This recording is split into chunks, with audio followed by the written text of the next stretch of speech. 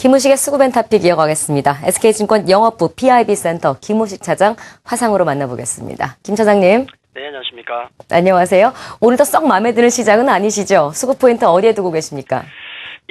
날씨만큼이나 상당히 괴롭히고 있는데요. 자, 오늘 수급 포인트는 한 주간의 어떤 그 수급 포인트가 될 것으로 보입니다. 불확실성으로 가겠는데요.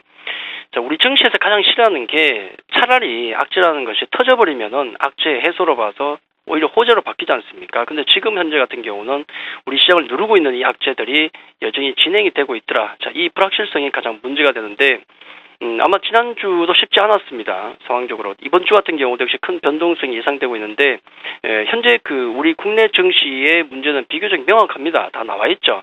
단기적으로 볼 때는 어떤 북한의 리스크고, 중장기적으로 볼 때는 역시 엔화 약세에 따른 리스크가 시장을 압박하고 있는 것인데, 그에 대한 반응이 지난주에 보시면은 복합적으로 나타난 것이 바로 외국인의 대규모 매도가 되겠고, 그게 지금도 진행이 되고 있죠. 코스닥은 비록 매수를 보이고 있지만은 역시 거래소는 매도가 진행되더라는 것이고, 이번 주 같은 경우도 역시 중요한 게 핵심 변수가 결국은 이 두 가지 악재가 소멸 내지는 약화될 것인가, 이게 바로 핵심 변수 아니겠습니까?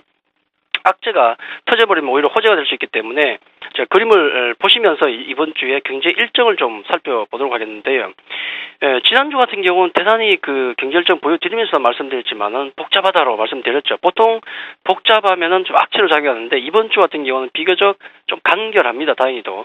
지난주에 경제 지표를 보시면 지난주에 이미 A급 지표인 ISM 제조업 지수 고용 지표가 발표가 됐기 때문에 이번 주는 그다지 크게 영향력을 줄 만한 지표는 없습니다. 일단 그렇게 보시고 일정 쪽에 보시면 역시 중요한 게 있죠. 자, 굉장히 중요한 게 정부에서도 밝혔지만은 북한의 액션이 나올 수 있는 시기가 다가오고 있다. 10일 전후 그렇게 보지 않습니까? 자, 그렇게 얘기하는 게 11일 목요일 보시면은 김정은 노동당 제1비서 추대 1년이 되는 날이 됩니다. 자, 우리에겐 중요하지 않겠지만은 북한에겐 중요할 수가 있겠죠. 거기다가 또 김정일 생일이 15일이죠. 자, 그렇게 본다 그러면은 분명히 이번 주에 어떤 액션이 있을 수 있다라고 보는 겁니다. 차라리 나와버리면은 불확실성의 해소가 될 수도 있다는 거죠. 일단 요걸 가장 중요하게 보셔야 되겠고, 두 번째 우리 정부의 대응 같은 경우 지켜보셔야 될 건데 4월 임시국회가 열립니다. 이 얘기는 바로 추경을 말씀드리는 거죠. 자, 어느 정도의 규모가 또 될지 구체적으로 나올지 또 봐야 되겠고, 특히나 우리가 집중하고 있는 것은 역시 금융통화위원회죠. 많은 갈등 지금 굉장히 좀 어려울 겁니다. 머리도 아플 건데 분명히 이번에는 어떤 액션이 나올 것 같다 그렇게 보고 있는 거죠. 그 액션에 따른 우리 시장의 대응 반응이 중요하다 그렇게 말씀드리겠고요. 기타 알코아 실적 발표도 있고 FMC 의사록도 있고 옵션 만기일 등등도 있지만은 역시나 어떤 북한과 그리고 또 일본과 연계될 수도 있는 우리 정부의 대응, 자, 이게 가장 중요한 변수다 그렇게 봐야 되겠고, 결국은 이 모든 변수들은 10일 이후에, 그러니까 주 중반 이후에 몰려있기 때문에 그 전까지 우리 시장 같은 경우는 어느 방향도 잡지를 못할 것이다. 눈치 볼 수밖에 없는 상황이다. 그렇게 정리를 해드리겠습니다. 단기적으로 북한의 리스크와 엔화 약세 이 두 가지 악재가 소멸 내지는 악화될 것인가, 혹은 악재가 끝난 이후에 오히려 호재로 터져버릴 것인가, 아직은 좀 불확실성한 이 수급 분위기 속에 외국인들 기관들은 어떤 매매 패턴을 보이고 있을까요? 먼저 외국인들 종목 매매 패턴 보여주십시오. 외국인들 여전히 매도세가 진행이 되고 있죠. 3월 중순 정도부터 해서 진행됐던 매도세가 최근에 주춤하다가 다시 매도가 나오고 있는데, 자, 이 부분 오늘도 여전히 1,000억 이상의 매도가 나오고 있으니까 코스닥은 플러스지만은 일단 전반적인 매도 분위기는 아직도 진행이 되고 있다는 말씀을 드리겠고요. 매수 업종은 거의 없죠. 그러다 보니까 운수 장비에 대한 매도는 여전히 나옵니다. 운수 장비, 서비스, 화학, 금융 등등에서 매도가 나오는데, 그 와중에 매수하는 종목을 보니까 LG 디스플레이나 LG 전자 정도가 보이고요. 증권주가 좀 보입니다. 대우증권, LGU 플러스, 또 코스맥스 같은 개별주도 보이지만은 역시 전반적인 외국인들 같은 경우는 시장을 좀 통으로 파는 듯한 느낌이 아직도 강하더라. 진정되지 않았다는 것을 증명해주고 있다. 그렇게 말씀을 드리겠습니다. 기관들은 어떤 종목 사고 있습니까?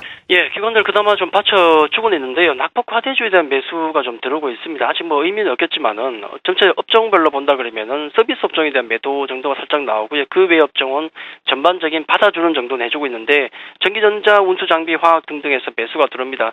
매수 종목을 보니까 최근에 이제 LG이노텍 같은 뭐 특징적인 종목 외에는 대우조선해양이라든지 LG화학, 롯데케미칼, 기아차 대부분 다 낙폭이 굉장히 컸던 종목 업종군들이죠. 자, 이런 종목군에 오전에 매수가 들어온다는 것, 낙폭 과대주의 매수가 보긴 하는데 그 지속성에 대해서는 아직은 오후까지 좀 더 지켜봐야 되지 않을까 그렇게 말씀을 드리겠습니다.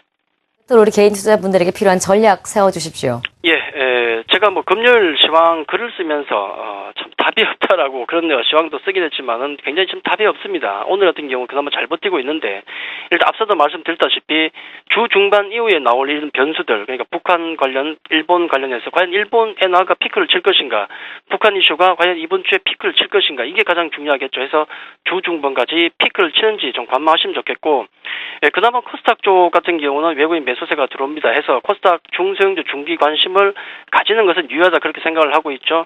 수급은 그나마 낮고 또 삼성전자 같은 경우가 견조하기 때문입니다. 하지만 만약에 거래소 같은 경우가 이번 주에도 버텨주지 못한다 그러면은 거래소도 코스닥도 어렵겠죠. 해서 중요한 것은 이번 주 내에 일단 1930포인트에 다시 올라서서 안착하는 게 가장 중요하지 않을까 그렇게 말씀을 드리겠습니다. 김우식의 수구벤타픽 함께했습니다. SK증권 영업부 김우식 차장 함께했고요. 고맙습니다.